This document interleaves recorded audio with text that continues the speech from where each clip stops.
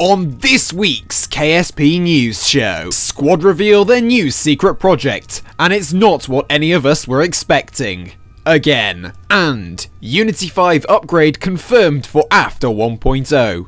All that and more on this week's KSP News Show.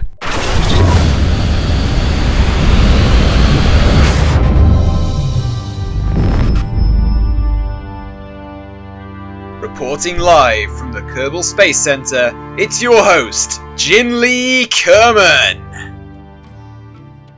Good morning, evening and afternoon, my fellow Kerbonauts. My name is Jinli Kerman. Welcome back to the KSP News Show. I'm sorry once again that I did not manage to get this show out on Sunday like I should have, but hey, it's Monday. It's Monday evening. I hope you guys have enjoyed your Monday, if that's even possible. But yeah, I'm going to get down to some awesome stories we've got today, including Squad's secret project that they have revealed. And like I say, it's what none of us were expecting, although it is still pretty cool. So yes guys, you may remember last week me talking about Squad implementing a new secret project into the game. You may remember from times gone by that I covered their first secret project, which of course ended up being destructible buildings. And I, of course, as many of you did, assumed that this secret project was going to be some sort of gameplay elements coming into the game. I was initially a little bit disappointed when I read last week's dev notes, i.e. last Tuesday's dev notes, to find out that it wasn't. That was until I actually read the article, when it turns out what they are actually implementing is going to be quite cool. Marco, otherwise known as Salmon Snurt, I can't pronounce his name, you know how I am for butchering names, guys, but he says it's nice to finally be able to talk about that secret project you may have already caught from this UKIL 3D AMA on Reddit last Friday. I've been working on with UCIL 3D guys to have a .craft file parser so that you can have your favorite ships 3D printed for you to have on your desk or hang from your ceiling. Apart from the help you can get from the system running, I'm working on the game side of the 3D printing process. The idea is to give you options. You can request a print directly from the game, or you can just upload the .craft file to UCL 3D's website for them to take care of it. We're still deciding on a few implementation details, but my work on that part is almost done. Phew, it's nice to get that off my chest. So guys, this basically means that you are going to be able to take your .craft folders from your Kerbal Space Program save, or just go straight into the game, and I'm assuming going to the Marketplace tab? It's too early to say at the moment, but basically what it means is that you can take these folders, you can upload them to this website, or request directly in the game, and you can order for your favourite ship to be sent away and 3D printed. Now, I don't know about you guys, but I just think that this is just so cool, and I think I'm going to be ordering probably one of my best ships. For my side. In case you aren't aware, I do have a load of Minecraft figurines that my sister's made out of this art foam thing that I currently have as a little mascot on the side of my desk here. Looking at them right now, that's probably why you can hear the mic coming around from this side rather than normal. But they're pretty awesome, and to have a 3D printed like sandstone paperweight, which could be like one of my early shuttles, or even my first ever spacecraft, that would just be really cool. One of the problems we do run into at the moment yet is how much this is all going to cost. Because in case you have already tried, Kerbal Space Program do already offer 3D printed models, shall we say, and they are pretty expensive. I don't know if you've actually looked on the Shapeways website, but a 3D printed Kerbal, at least a decent sized one, is about £40, and that's just an obscene amount of money for something that's not really going to do much other than look simply awesome.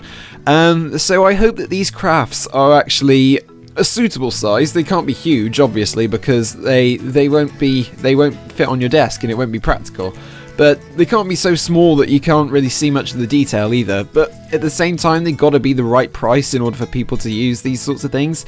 It's basic marketing and business, really, but I'm sure Squad will pull it off because, like I say, Shapeways are usually quite expensive with their 3D printed stuff. Hopefully, EUCL 3D is going to be a bit cheaper with this sort of thing, but like I say, I can't guarantee any of this. But I want to know what you guys think about this feature. Obviously, I don't think any of us were expecting this feature.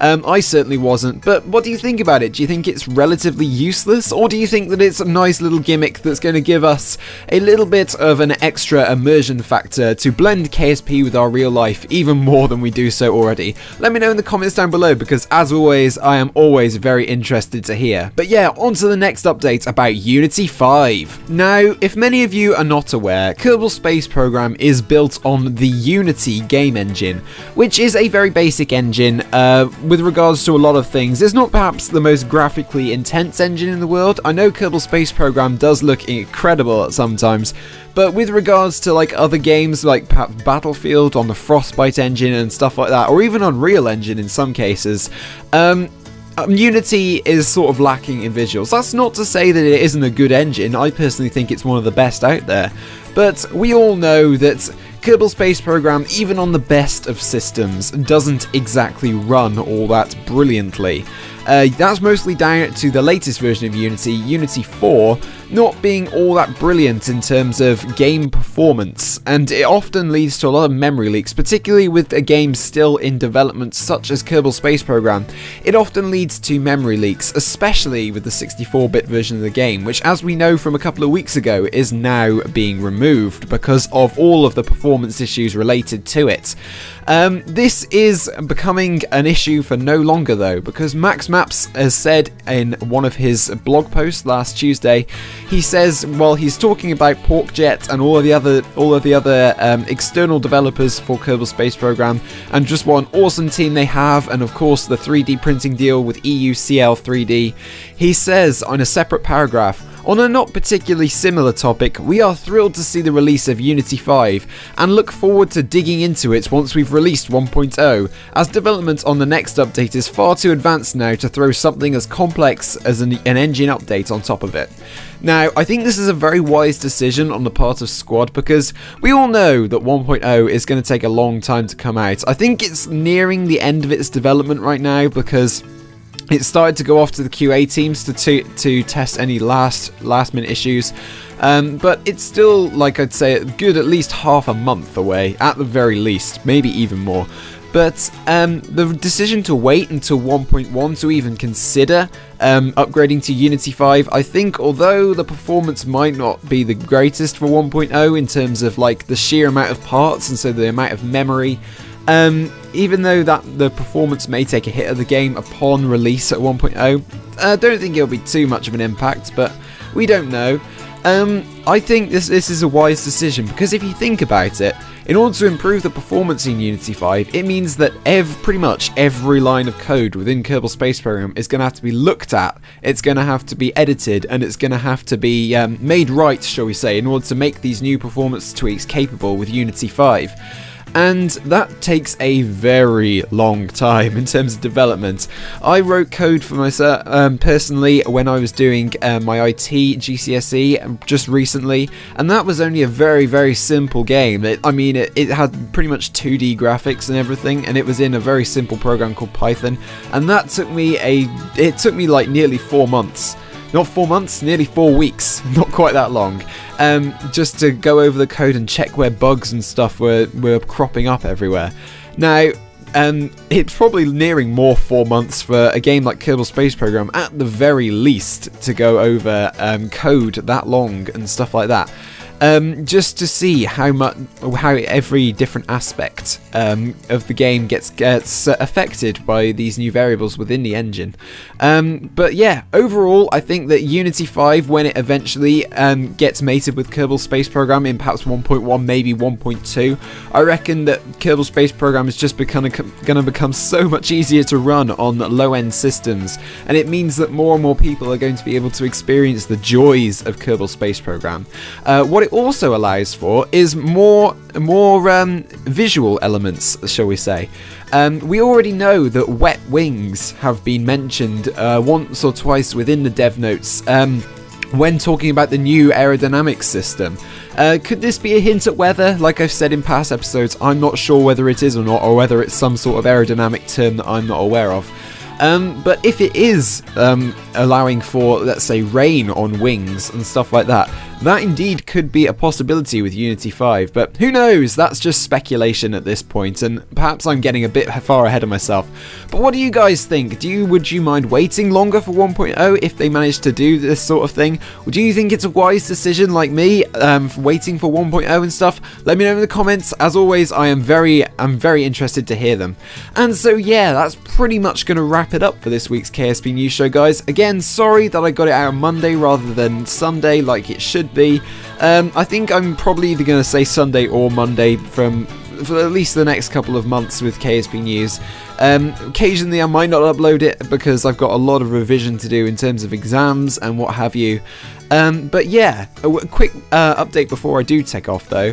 I mentioned a couple of weeks ago that I would like to start a career mode series. I've decided that I'm going to wait until 1.0 now to start it, but I want to know, I was initially going to try and do a vanilla series with it, but from high popular demand it seems like some people would like some mods installed. I'm definitely saying that I'm not going to install B9 or KW Rocketry just because they're such a drain on memory. I am open to some minimal forms of visual enhancement, like maybe just the clouds. Astronomer's Visual Pack though, or Renaissance, I think is pretty much out of the question just because it would just be painful to play. But just the clouds or whatever, I am open to that. With regards to any other part packs though, let me know. Would you like to see the Mark IV spaceplane parts? Would you like to see any other part mods other than K9? K9? That's a dog. What am I talking about? B9 or KW? Aside from them two, what other mods would you like to see? Would you like to see Kethane? Would you like to see Deadly Reentry? Let me know in the comments down below because I want this to be a proper series, a proper sort of like semi-narrative series to it, and it's going to be based off your guys' input, so if you guys want to put as much input into it as possible, then please do that in the comments down below. But yeah guys, that's pretty much going to round it off for this episode. My name is Jinley Kerman, and as always, stay classy.